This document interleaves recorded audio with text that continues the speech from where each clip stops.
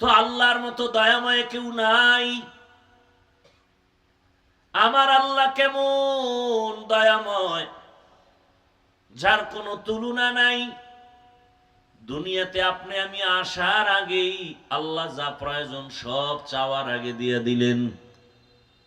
বিশাল বড় সূর্য সব আপনার আমার জন্য, আল্লাহর জন্য। চাঁদ আপনার আমার গোলামির জন্য। আমাদের পানির দরকার আগেই ব্যবস্থা করলেন ফ্রি। ও বান্দা, তোর বাতাসের প্রয়োজন, আগে আমি বাতাস সৃষ্টি করে ফ্রি দিয়ে দিলাম।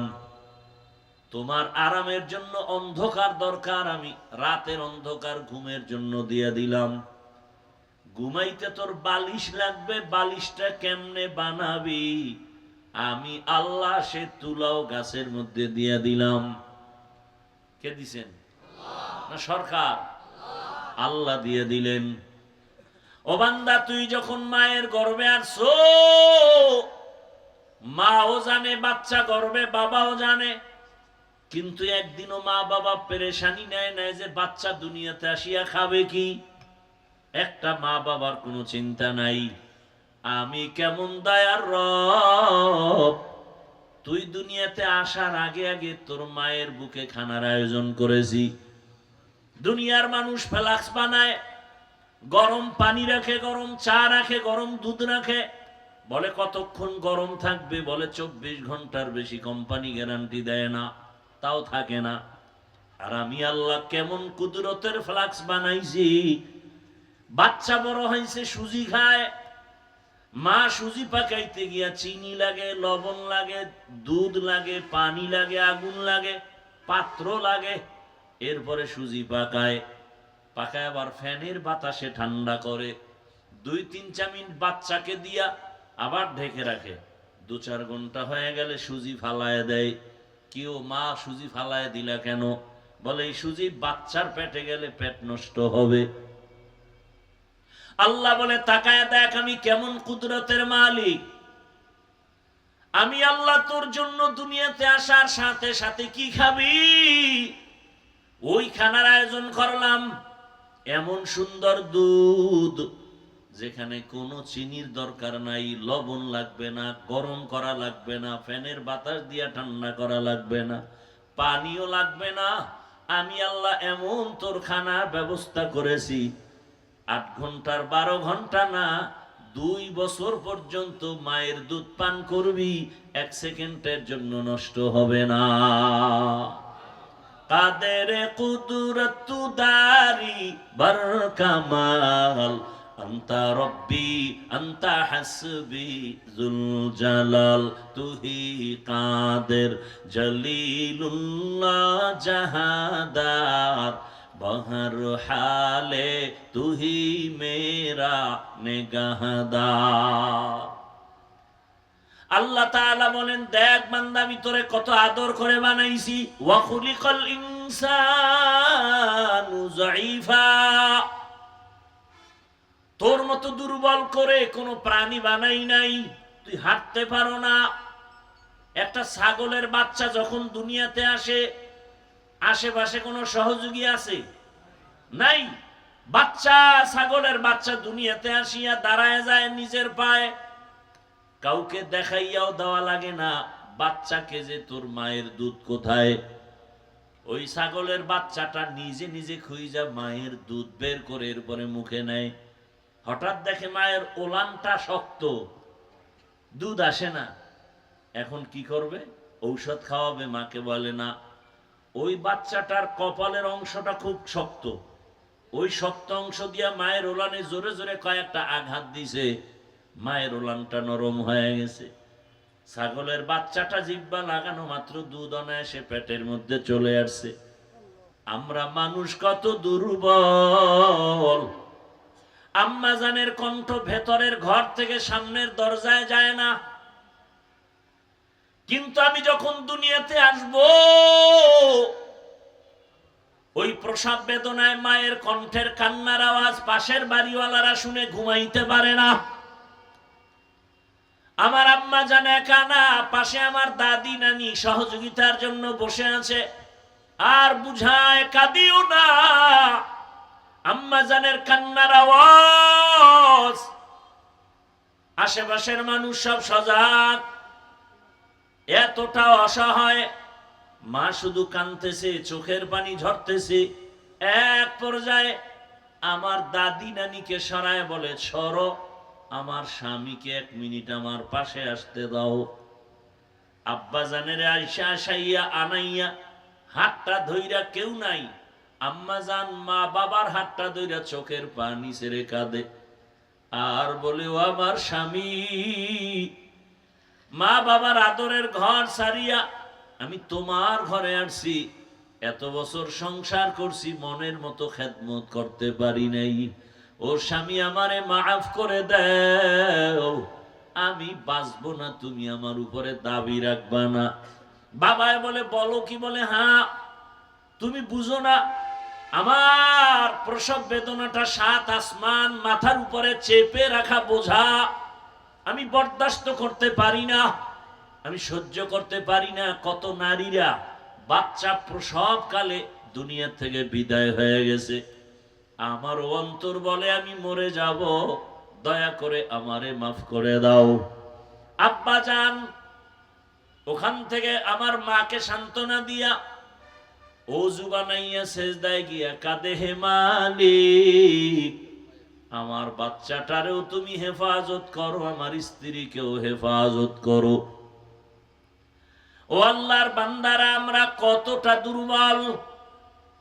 প্রসব বেদনার কষ্ট কিচ্ছু না, খালি প্রসব বেদনার মায়ের কষ্ট এই 1000 ভাগের 1 ভাগ। তুমি যদি চামড়া খুইলা জুতা বানাও, আম্মাজানের প্রসব বেদনার ঋণ আদায় করা যাবে না। জীবনের মূল কষ্ট মায়ের প্রসব বেদনা, 7 আসমান 7 জমিন তখন মায়েরই মাথায়। জীবনের মূল কষ্ট মায়ের প্রসব বেদনা, 7 আসমান 7 জমিন তখন মায়েরই মাথায়।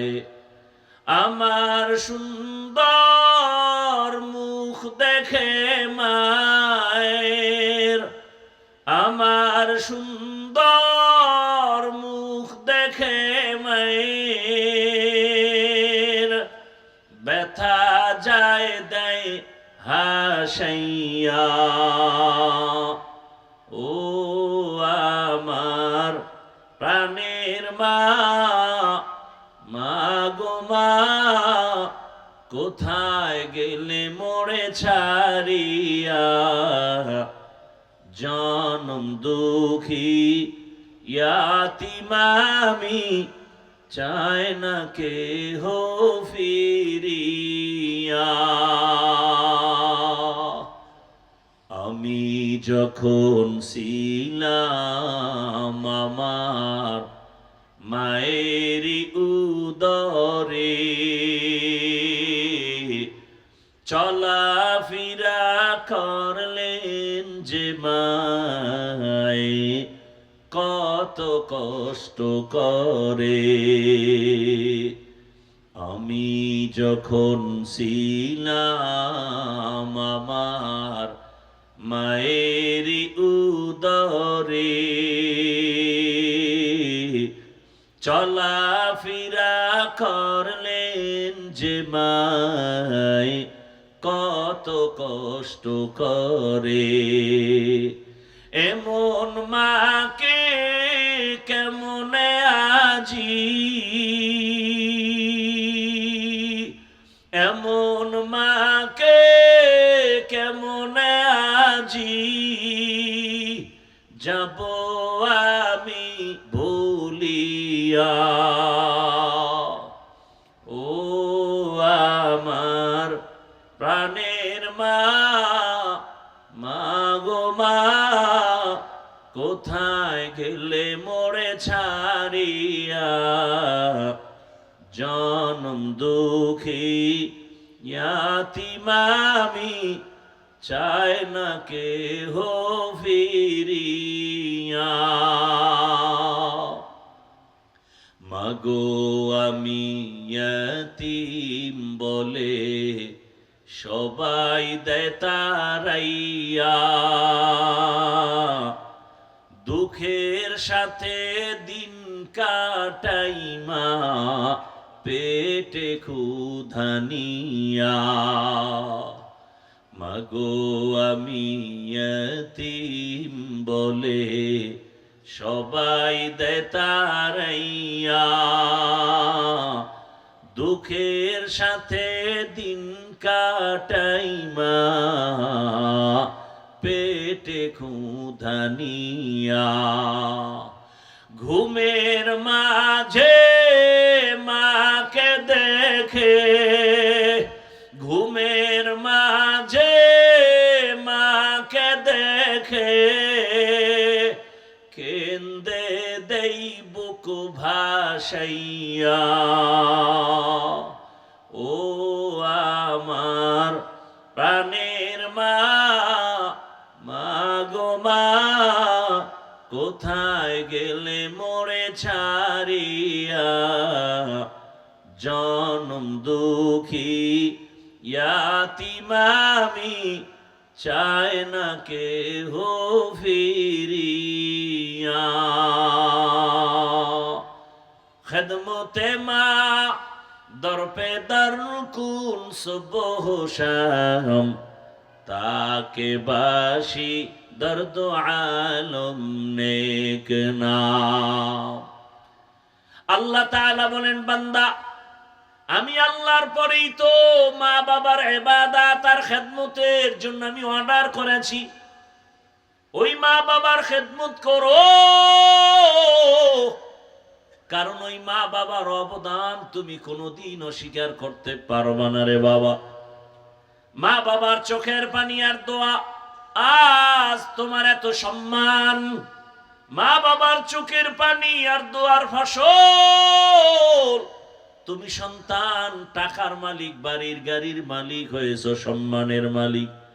ওই মা বাবার সাথে বেয়াদবি করা যাবে না। রহমতের নবী বলেন, মা বাবা খুশি তো আমার আল্লাহ তার উপরে খুশি। আল্লাহ তাআলা বলেন, সবাইকে বেজার করা গেল, আমি আল্লাহকে বেজার করব না কেন? আমি তোমাকে যে দয়া করেছি কেউ সে দয়া করে নাই। দুনিয়াতে তুমি আসছো, তুমি তোমার মাকে মা বলে ডাকবা, পরের কথা মাকে তুমি চিনোই না। বরং তোমার একটাই পুঁজি, কান্নার আওয়াজ। দুনিয়াতে আসার পর একটা বাচ্চা শুধু কান্নার আওয়াজ, পেটে ক্ষুধা লাগছে বলতে পারি না, শুধু কান্নার আওয়াজ। বাথরুমে যাব বলতে পারি না, কান্নার আওয়াজ। গরম লাগতেছে বাতাসের প্রয়োজন বলতে পারি না, কান্নার আওয়াজ। বাচ্চার শুধু কান্না কান্না কান্না। ওই কান্নার মধ্যেই যেন বাচ্চা বুঝায় আমার এখন বাথরুমের দরকার। কান্নার ভেতর থেকেই যেন বাচ্চা বুঝায় আমার এখন ঘুমের দরকার, বিছানা দাও। কেউ বুঝে না ওর কান্নার ভাষা। আমার আল্লাহ মায়ের মধ্যে একটা রাডার লাগায় দিছেন চুম্বকের মতো। বাচ্চার কান্না দিয়া কখন কি চায় বাবাও বুঝে না, শুধু মায়ে বুঝে। বাচ্চাটারে খানা খাওয়াই দিছে, সুজি খাওয়াই দিছে, এখনো কাঁদতেছে। 5 মিনিট পরে বাবা কয়, বাচ্চা কাঁদে কেন, খানা দাও। মা বলে, 5 মিনিট আগে খানা দিলাম, আবার কিসের খানা? কথা, কাঁদে কেন? মা বলে, বাচ্চা ঘুমের আগে কাঁদে, সেই কান্না চলতেছে। আল্লাহ বলেন, তোর মাই জানে তোর কান্নার ভাষা কেমন, বাবাও বুঝে না। আমি আল্লাহ তোর কান্নার পুঁজি দিয়া মায়ের থেকে সব দাবি আদায় করে দিলাম। বলতে পারো না মা খানা দাও, কান্নার আওয়াজ দিয়ে সব আশা পূরণ করেছো। ওই কান্নাটা ধরে রাখ। তোর মায়ের থেকে 99 গুণ মায়া আমি আল্লাহর বেশি। একটা বাচ্চা যদি কান্না করে মায়ের মোহাব্বত কেড়ে নিয়ে সব দাবি আদায় করে, আমি আল্লাহর কাছেও যদি ওই কান্নাটা দিয়া চাইতে পারো, আমি তোর কান্নার ভাষা বুঝা তোর দাবি কেন আদায় করব না? ওই কান্না ধরে রাখ, কারণ কান্না বড় দামি এক সম্পদ। কান্না দেখলে এমন কোন মানুষ নাই যার দয়া হয় না। সন্তানের কান্না মা বাবার দয়া, ছাত্রের কান্না শিক্ষকের দয়া। ওই মায়া দয়ার তুলনায় আমি আল্লাহর মায়া তো অনেক বেশি। তুমি কান্নাটা ধরে রাখো, আমি আল্লাহ তোমার সব চাহিদা পূরণ করব। এখন তো কান্না নাই, কেউ কান্নার বয়ানও নাই। কেউ কান্না করলে মানুষ তার দিকে তাকায় হাসে, বলে দেখ লজ্জা নাই কেমনে কান্না করে। অথচ আল্লাহ পাক বলেন ফালিয়াজহাকু কালিলান ওয়া লিয়াবকু কাসীরা, কম হাসো বেশি বেশি কান্না করো। কান্নার বয়ানও নাই, কান্নাও নাই। কেউ যদি কাঁদে লজ্জা নাই, দেখ কেমনে কাঁদে।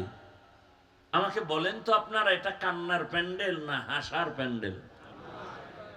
কান্নার প্যান্ডেলে কান্না করাটা স্বাভাবিক, হাসি দেওয়াটা অস্বাভাবিক। হাসির প্যান্ডেলে হাসি দেওয়াটা স্বাভাবিক, কান্না করা অস্বাভাবিক। তাহলে আপনি কান্নাওয়ালাকে প্রশ্ন করেন লজ্জা নাই, এই লোকটা কাঁদে কেন? প্রশ্ন তো আপনাকে করা দরকার, কান্নার প্যান্ডেলে বসছেন, আপনার চোখে কান্না নাই কেন?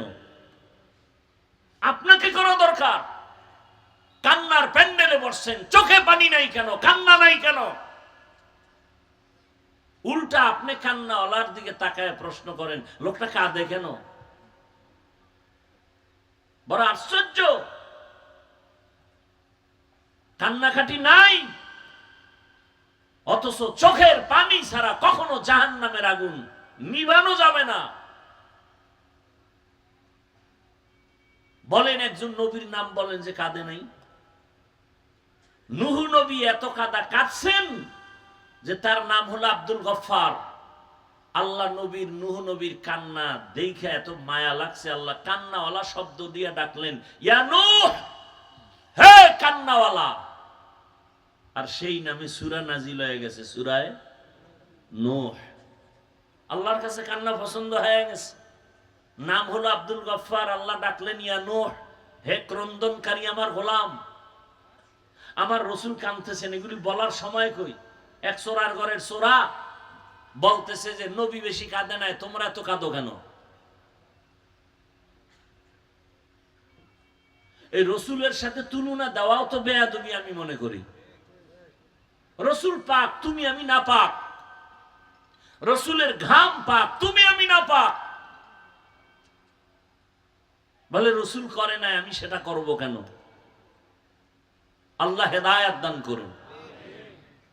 এতক্ষণ আলোচনায় কি বুঝলেন? আল্লাহকে বেজার করা যাবে? কিন্তু করি তো, প্রত্যেকটা পদে পদে আল্লাহকে বেজার করি। পর্দা করলে আল্লাহ খুশি, আত্মীয় স্বজন বেজার। এবার আত্মীয়কে খুশি করে সদরঘাট বানায় ফেলাইছে, কোনো পর্দা নাই। চাস্তো বোন চাস্তো ভাই, মামতো বোন মামাতো ভাই, হ্যাঁ, বউরে সালাম দেয় না, বেআইনেরে সালাম দেয় নাই। স্ত্রীকে সালাম দেয় না, শালীকে সালাম দেয়, আছে না নাই? এবার কয়টা আল্লাহকে বেজার করলা কেন? কয় আল্লাহরে পরে তওবা করে রাজি করে ফেলবো, এখন আত্মীয় ঠিক রেখি। এরকম প্রত্যেকটা পদক্ষেপ আমরা আল্লাহকে বেজার করে চলতেছি। অন্তর কোনো আফসোসও আসে না। আল্লাহ দয়া করে আমাদেরকে হেদায়েত দান করুন। কষ্ট হইতেছে আপনাদের না? কি বয়ান করলে আপনাদের মন ঠিক থাকবে বুঝে আসে না। আসলে কি সব কপাল, সব কি হেদায়েতের মালিক আমি না আল্লাহ? আমার কথায় কি হেদায়েত হবে? আরে ভাই আমি কি? মক্কা মদিনার ইমামও বাদ দেন, স্বয়ং রসুলের বয়ানে কালেমা কপালে আসে না। কারণ হেদায়েতের চাবি কার হাতে? মাইয়াহদিল্লাহু ফাহুয়াল মুহতাদ ওয়া মান ইউদ্লিল ফালান তাজিদা লাহু ওয়ালিয়াম মুরশিদা। আল্লাহ যাকে কবুল করবেন সে হেদায়েতের মালা গলায় পরবে, আর যার কপাল বড় খারাপ হেদায়াত পাবে দূরের কথা, হেদায়াত পাওয়ার কোনো মুর্শিদও পাবে না, পথ প্রদর্শক পাবে না। কপাল কত খারাপ, যেই রসুলের চেহারা মোবারকে মোহাব্বতের নজর দিবে জাহান্নামের আগুন হারাম, যেই রসুলের চেহারার দিকে এক নজর দিবে পেটের ক্ষুধা নিবারণ হয়ে যাবে। কেমন মায়ার নবী আমার, যেই রহমতের নবী যেখানে কদম দেয় সেখান থেকে মিশকের ঘরাণ। রহমতের নবী, কেমন মায়ার নবী আমার, যেই রসুলের দিয়ে তাকাইলে পূর্ণিমার চাঁদের আলোটাও দুর্বল হয়ে যায়। সেই রসুলকে একবার আর দুইবার না 13 বছর দেখলো, বয়ান শুনলো, পাশে বসে খানা খাইলো, কিন্তু কালেমা কপালে আসলো না। এত বড় বেঈমানের নাম জানেননি? কথা বলেন কি নাম? গর্বা সুরত আদমি ইনসাবুদে আহমদবু জাহলো হামেক সাবুদে আদমিরা আদমিয়ত লাজমাস উদরা গর বুনা বাশদ